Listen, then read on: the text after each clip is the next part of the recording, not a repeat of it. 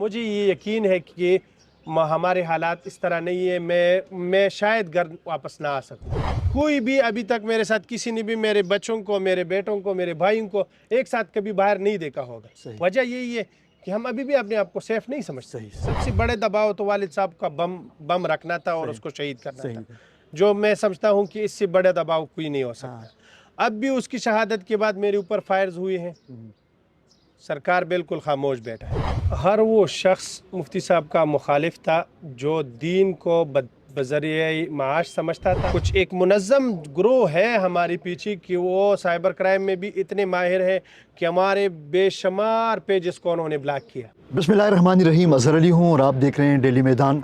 नाजरीन, आज से ठीक एक साल कबल मुमताज़ एक मजहबी शख्सियत थे, मौलाना मुफ्ती मुनीर शाकिर। उनको एक बम धमाके में एक साजिश के तहत या जो भी एक वाक़या था उसके नतीजे में वो अपनी जान की बाजी हार गए, वो शहीद कर दिए गए। आज एक साल के बाद मुफ्ती साहब के फ़र्जंद अब्दुल्ला शाकिर साहब अपने वालिद मरहूम के कत्ल के हवाले से और कुछ तहफ़्फ़ुज़ात के साथ वो मीडिया के सामने आए हैं। कुछ सवालात हम भी उनके सामने रखते हैं ताकि वो खुल के अपने मौक़िफ़ का इज़हार कर सकें। थैंक यू सर, आपने हमें टाइम दिया। अल्लाह आपकी इज़्ज़त करे। अब्दुल्ला साहब, आपके वालिद मरहूम एक नामी गिरामी शख्सियत थे, उनके नज़रियात थे जिनको वो खुल के इज़हार करते थे। बिलाखिर वो अपनी ज़िंदगी से भी वो हाथ धो बैठे। वो उनके जो मुखालिफिन थे, वो कौन लोग थे जो मुफ्ती साहब के मुखालिफिन से इस कदर वो खौफज़दा थे कि वो उनकी जान के दर पे हो गए? हर वो शख्स मुफ्ती साहब का मुखालिफ था जो दीन को बज़रिए माश समझता था और जो दीन को सिर्फ इबादत तक महदूद रखना चाहता था और इबादत के ज़रिए लोगों को दीन समझाना चाहता था। वो हर वही बंदा जो दीन के वजह से उसका दुकान चलता था और दीन की वजह से उनके बड़े बड़े मदारस से और उनके अकाउंट्स चलते थे, हर वो बंदा उस पर, यानी मुफ्ती साहब जो था, मुफ्ती साहब का दो टोक मौक़िफ़ था कि कुरान कहता है कि वला तश्तरू बिआयाति समनन क़लीला, मेरे आयातों पर पैसे ना लिया करो। हर वो बंदा मुफ्ती साहब का मुखालिफ था जो दीन पर उजरत लेता था। मुफ्ती साहब तो शहीद हो गए, उनके जो वो थे दुश्मन थे, मुखालिफिन थे, वो अपनी साजिश में कामयाब हो गए। आपका गिला है कि जो इदारे मुफ्ती साहब के कातिलों को पकड़ने में नाकाम रहे या उनके ख़िलाफ़ कोई कार्रवाई करने में नाकाम रहे, तो क्या वो इतने ताकतवर थे कि वो मुफ्ती साहब के जो अगर वो कलमे हक़ कहते थे और उनके मुखालिफिन अगर उनको उनकी ज़िंदगी से महरूम करते हैं तो वो कातिल अभी तक आपके बकौल उनके गिरद क़ानून ने अपना दायरा नहीं वो किया है, तो क्या वो बासर थे या कोई और वजह थी? ये वालिद साहब की जो बात है, ये हम जो अभी मीडिया पर आए हैं ये तकरीबन एक साल के बाद आए हैं। एक साल तक हमें ये यकीन था कि हमारा जो कातिल है वो इंतहाई कमज़ोर है और हमारे जो इदारे हैं ये इंतहाई मजबूत हैं। सही। और मजबूत का हाथ अगर कमज़ोर के साथ नहीं है तो इंशाल्लाह वो पकड़ा जाएगा। और इसी वजह से, यही वजह है कि हमारी तकरीबन एक साल हुआ है कि हम सब्र करते हैं कि शायद एक साल इतनी मजबूत इदारों के लिए, इतनी मजबूत क़ुव्वत के लिए एक साल काफ़ी होता है एक केस को ट्रेस करने के लिए। लेकिन जब से एक साल हुआ है, एक साल तक ये ट्रेस नहीं हुआ, अब हमें थोड़ा सा शक लग रहा है कि यार ये कमज़ोर के साथ तो मजबूत का या ज़ोरावर का हाथ तो नहीं है। इसी पर थोड़ा सा शक अभी हो रहा है। एक तो आपका जो सिक्योरिटी इदारे हैं, जो तफ्तीशी इदारे हैं, उन पे आपके गिले शिकवे हैं, आपके सवालात हैं। दूसरा, आपने जो जिस अस्पताल में आखिरी लम्हात में मुफ्ती साहब को लेके आए थे, उस अस्पताल का आपने ज़िक्र किया, वहाँ के वो उसको गफलत का नाम दें या आप समझते हैं कि वो भी किसी साजिश का हिस्सा थे? अस्पताल की क्या कहानी है? आप क्यों अस्पताल वालों पर इतने आपके वो हैं? एक साल हुआ है कि मैं एक ज़िम्मेदार बंदे का या एक ज़िम्मेदार इदारे को कहता हूँ कि इसने या गफलत किया है, इसने कुछ किया है। जब वो एक साल पे मुझे ना सफाई देता है और ना मुझे सबूत देता है तो उसको मैं क्या समझूँ? ये देखो मेरे साथ उसका अभी भी, मैंने जो अपना दरख्वास्त दिया है उसका अभी भी मेरे साथ ये है जो डायरी नंबर है। यानी मैं उनके पास गया हूँ, मैंने कहा कि आप लोगों ने दावा किया था कि मुफ्ती साहब अच्छी तरीके से आया है और सही है, ठीक ठाक है। फिर दूसरी वीडियो की, फिर तीसरी वीडियो की, फिर एक ज़िम्मेदार पेज से मुफ्ती साहब के बारे में एक वीडियो शेयर होती है, फिर वो डिलीट क्यों होती है? एक बात। दूसरी बात ये है कि व्हाट्सअप एक ग्रुप है, उसके स्क्रीनशॉट मेरे साथ अभी भी पड़े हुए हैं।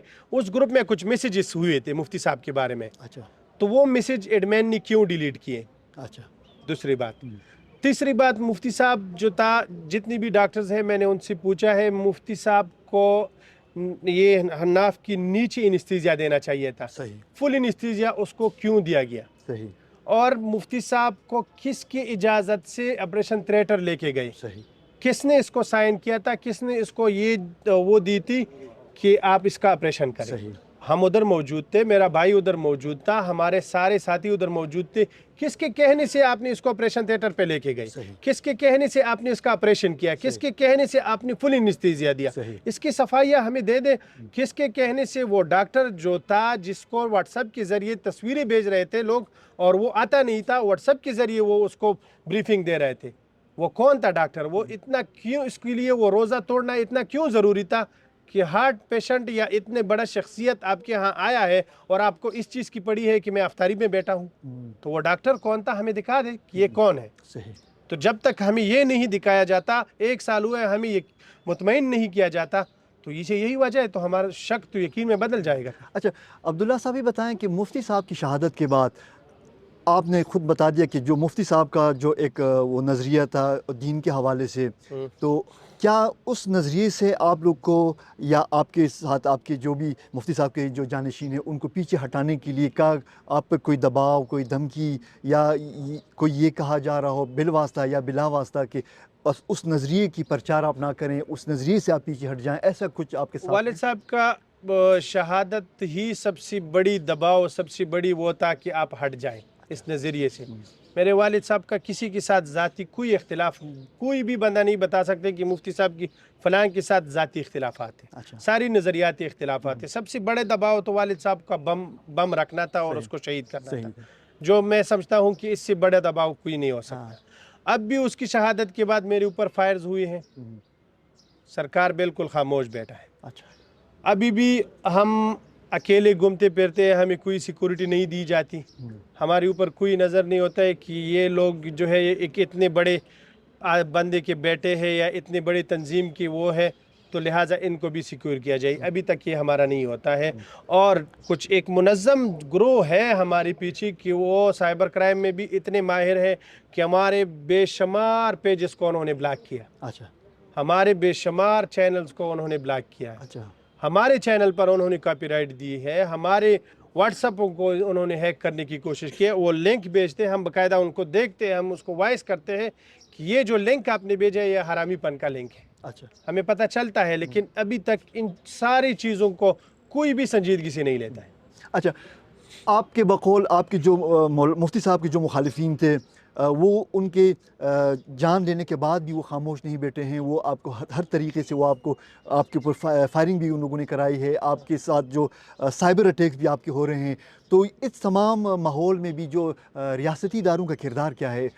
रियासती इदारों का किरदार तो यही वजह है कि जब अभी तक हमारा गिरबान पड़ा हुआ है, हम जब प्रेस कॉन्फ्रेंस तक प्रेस क्लब के लिए आए हैं, ये इसी वजह से आए हैं कि हमारा गिरबान अभी तक पड़ा हुआ है। सही, अगर इसके किसी ने पेवन लगाने की कोशिश की होती तो हम इधर ना आते, हम ये जहमत ना कर लेते। हाँ, अभी तक वो जिस तरह मुफ्ती साहब के केस में इंतहाई बदचलनी और बदनज़री से काम लेते थे, उससे कई गुना अब वो हमारे साथ कर रहे हैं। अच्छा, उससे हम इनसे हम इतने मायूस हैं कि अब हमें और इतने शकूक शुबात आए हैं कि अगर हम थोड़ा बहुत भी अपने मुखालिफिनों के पीछे थोड़ा बहुत भी हाथ मारते हैं, तो शायद ये लोग हमें कुछ ऐसी बातों में, कुछ ऐसी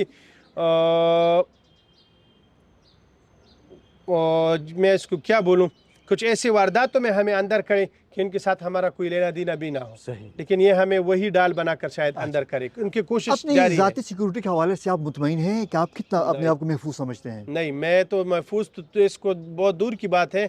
मेरे साथ एक छोटा बेटा है जो वो 1 मिनट के लिए भी मुफ्ती साहब से अलग नहीं होता था, अब वो मुझसे नहीं अलग होता है। मैं हर रोज़ उसको इतना चीख के छोड़ता हूँ, चीखता हुआ छोड़ता हूँ, सिर्फ इस वजह से कि मुझे ये यकीन है कि हमारे हालात इस तरह नहीं है, मैं शायद घर वापस ना आ सकूँ, तो इसको क्यों अपने साथ लेके जाओ। अभी भी जब मैं आ रहा था तो वो इतना चीख रहा था, इतना चीख रहा था कि उसकी चीखने की आवाज़ अभी भी मेरे कानों में है, लेकिन मैं उसको अपने साथ घुमाता फिराता नहीं।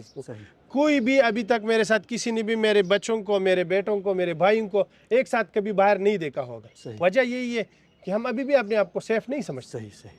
عبداللہ صاحب بہت بہت شکریہ. ناظرین، عبداللہ شاکر صاحب کے جو خدشات ہیں سیکیورٹی، اپنی ذاتی سیکیورٹی کے حوالے سے ہیں یا اپنے شہید والد کے قتل کے ملزموں کے عدم گرفتاری کے حوالے سے، یہ پاکستان کے ایک شہری ہیں اور شہری کے ایک حقوق ہیں ریاست کے اوپر، اور ریاست کی پوری ذمہ داری ہے کہ وہ اپنے شہری کے جان و مال، عزت و آبرو کی حفاظت کے لیے ضمن میں اس کی جو ذمہ داریاں ہیں وہ پوری کرے. ہم امید کرتے ہیں کہ پاکستان کے ریاستی ادارے عبداللہ شاکر صاحب کے زندگی کے حوالے سے جو خدشات ہیں، ان کے والد کی مرحوم کے قتل کے حوالے سے جو ان کے شکوے شکایات ہیں، ان کا ازالہ کرنے کے لیے اقدامات اٹھائے گی. کیمرہ ٹیم کے ساتھ اظہر علی کی اجازت دیں. اللہ حافظ.